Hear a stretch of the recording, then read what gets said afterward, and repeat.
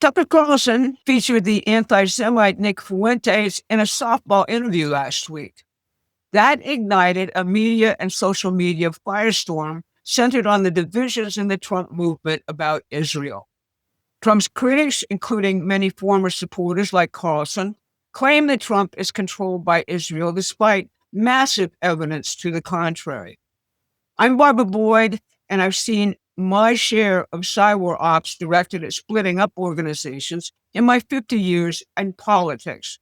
One of the most used tools is the question, where are you going to be when your leader dies? What's the plan for succession? Today, I'm going to first outline President Trump's actual foreign policy with respect to Israel and more generally. Far from listening to the neocons and Christian Zionists of the old Republican Party, he is demolishing their structures, including the influence of their British masters. Then I'm going to discuss the reason for Tucker Carlson's current disorientation. But before we get started, if you like this video, please like and share it. It increases our reach. Let's start with Tulsi Gabbard's declaration that Trump has ended all regime change operations, which in most cases led to conflicts that never ended. Here she is discussing this at a forum in Bahrain. The old Washington way of thinking is something we hope is in the rearview mirror and something that has held us back for too long. For decades, our foreign policy has been trapped in a counterproductive and endless cycle of regime change or nation building. The results: trillions spent, countless lives lost, and in many cases, a creation of greater security threats. The rise of Islamist terrorist groups like ISIS. President Trump was elected by the American people to put an end to this. And from day one, he has showed a very different way to conduct foreign policy, one that is pragmatic, that is deal-driven, with a very realistic approach focused on protecting American security and prosperity while engaging with the world on terms that actually make sense. During his first term, the president brokered the Abraham Accords, this historic pact between Israel, the UAE, Bahrain, Morocco, and Sudan that came from staying laser-like focused on shared interests: economic prosperity, counterterrorism, technological innovation. During the first 100 days of Trump, the CIA's regime change outfit, the National Endowment for Democracy, was defunded and forced to go to court to get its funds unfrozen. USAID, also a key player in regime change, was shut down completely. For the first time since the end of World War II, Trump's official defense strategy, written by Deputy Director of Defense Eldridge Colby, does not name China or Russia as the main targets of the Pentagon. Instead, it focuses on the internal threat posed by the terrorists who crossed our border under Biden and the thriving business of the drug cartels in our nation's towns and cities. It is also focused on stopping the drug cartels in Latin America from transporting their deadly poison into the United States and, most importantly, shutting down their finances. The America First defense policy prioritizes building a Golden Dome missile defense for the United States while modernizing U.S. nuclear forces. This throws millions of dollars already approved by Congress to fight Russia and China into limbo. They can now be reallocated to support the new strategy for the homeland.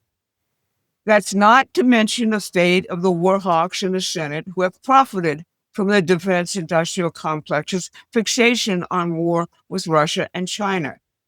They probably will find themselves shortly without talking points, major campaign donors, and gilded invitations to dinner. Trump's successful meeting with Xi Jinping last week and his continuing appreciativeness about its success show that he has nothing like the old policies in mind.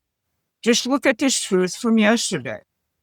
To put a fine point on it, Secretary of War Pete Hegseth announced that he had opened a military-to-military deconfliction strategy with China, a channel for back-channel negotiations. So is Trump controlled by Israel? Here's J.D. Vance discussing that absurdity. First of all, when the President of the United States says America first, that means that he pursues the interests of Americans first. That is our entire foreign policy. And that doesn't mean that you're not going to have alliances, that you're not going to work with other countries from time to time. And that is what the president believes, is that Israel, sometimes they have similar interests to the United States and we're going to work with them in that case. Sometimes they don't have similar interests to the United States. And this example, the most recent Gaza peace plan that all of us have been working on very hard for the past few weeks, the president of the United States could only get that peace deal done by actually being willing to apply leverage to the state of Israel. So when people say that Israel is somehow manipulating or controlling the president of the United States, they're not controlling this president of the United States, which is one of the reasons why we'd be able to have some of the success that we've had in the Middle East. If the dynamic wasn't already clear, the Trump administration had to deny that they were babysitting Netanyahu last week as they visited Israel to protect phase one of the peace agreement. They also made it known that Trump had threatened to cut all funding to Israel if it doesn't get on board and keep on board with the peace plan now being implemented.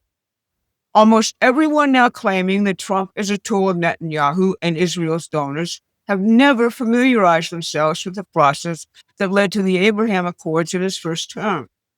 Barak Ravid published a great book about it called Trump's Peace. Trump's strategy involved getting both the Israelis and the Arabs involved in a dialogue for peace centered on the region's economic development. Theatric moves, like moving the capital to Jerusalem in Israel, resulted in Trump becoming more popular in Israel than Netanyahu. That's the leverage he is applying on Israel now to make the current peace plan proceed.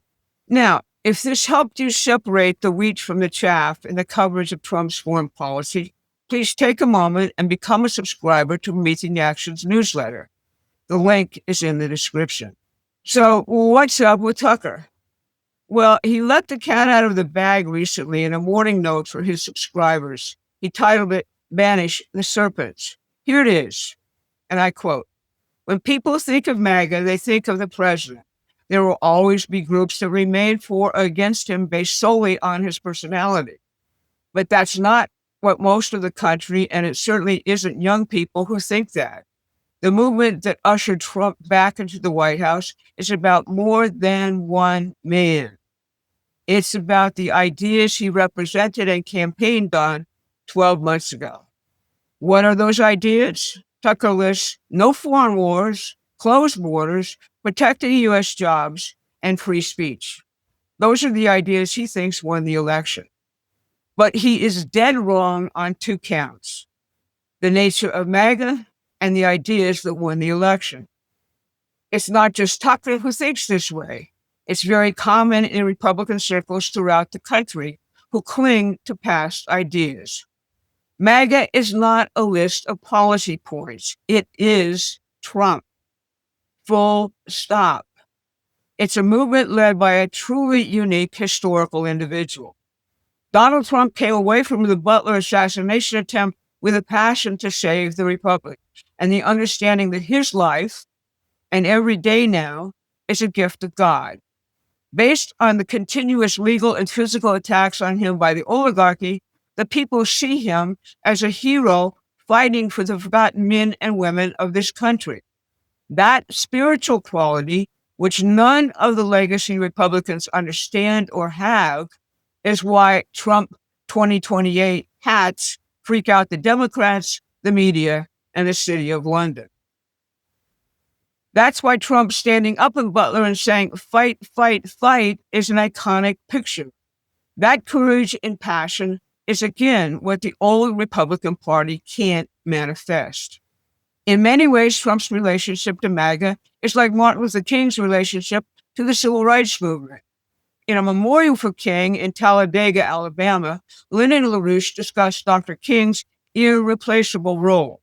"We had no replacement for Martin," lesson number one. Martin was a unique personality. He was not a talented person who happened to stumble into leadership and could be easily replaced by other leaders who would learn the job and take over afterward. He had no replacement, no one in position to replace him. Many wished to be, but they didn't have that quality. Martin was truly a man of God, truly, in a way that very few people are actually able to realize in their lifetime.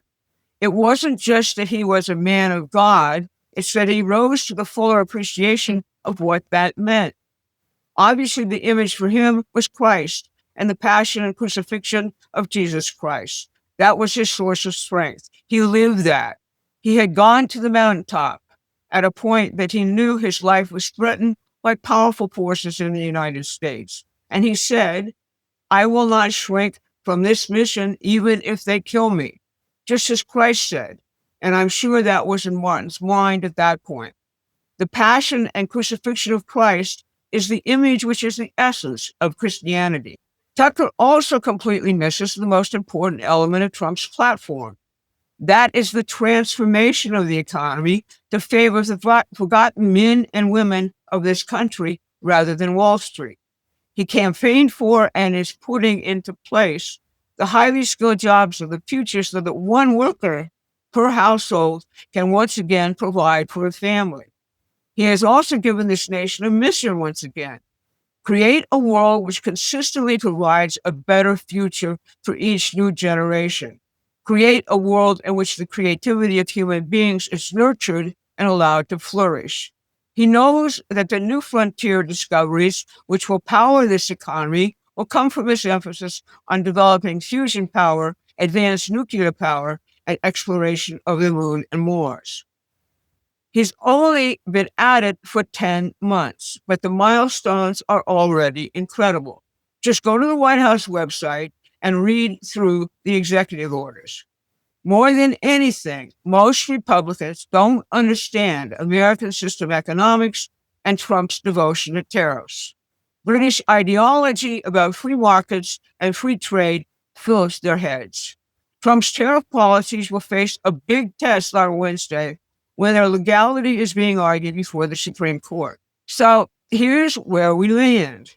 MAGA isn't a checklist you can give any politician. When you hear stuff like MAGA is bigger than one man, recognize the play. That line is designed to unplug the movement from its engine and split the coalition before the midterms. It's the oldest psyop with a new coat of paint.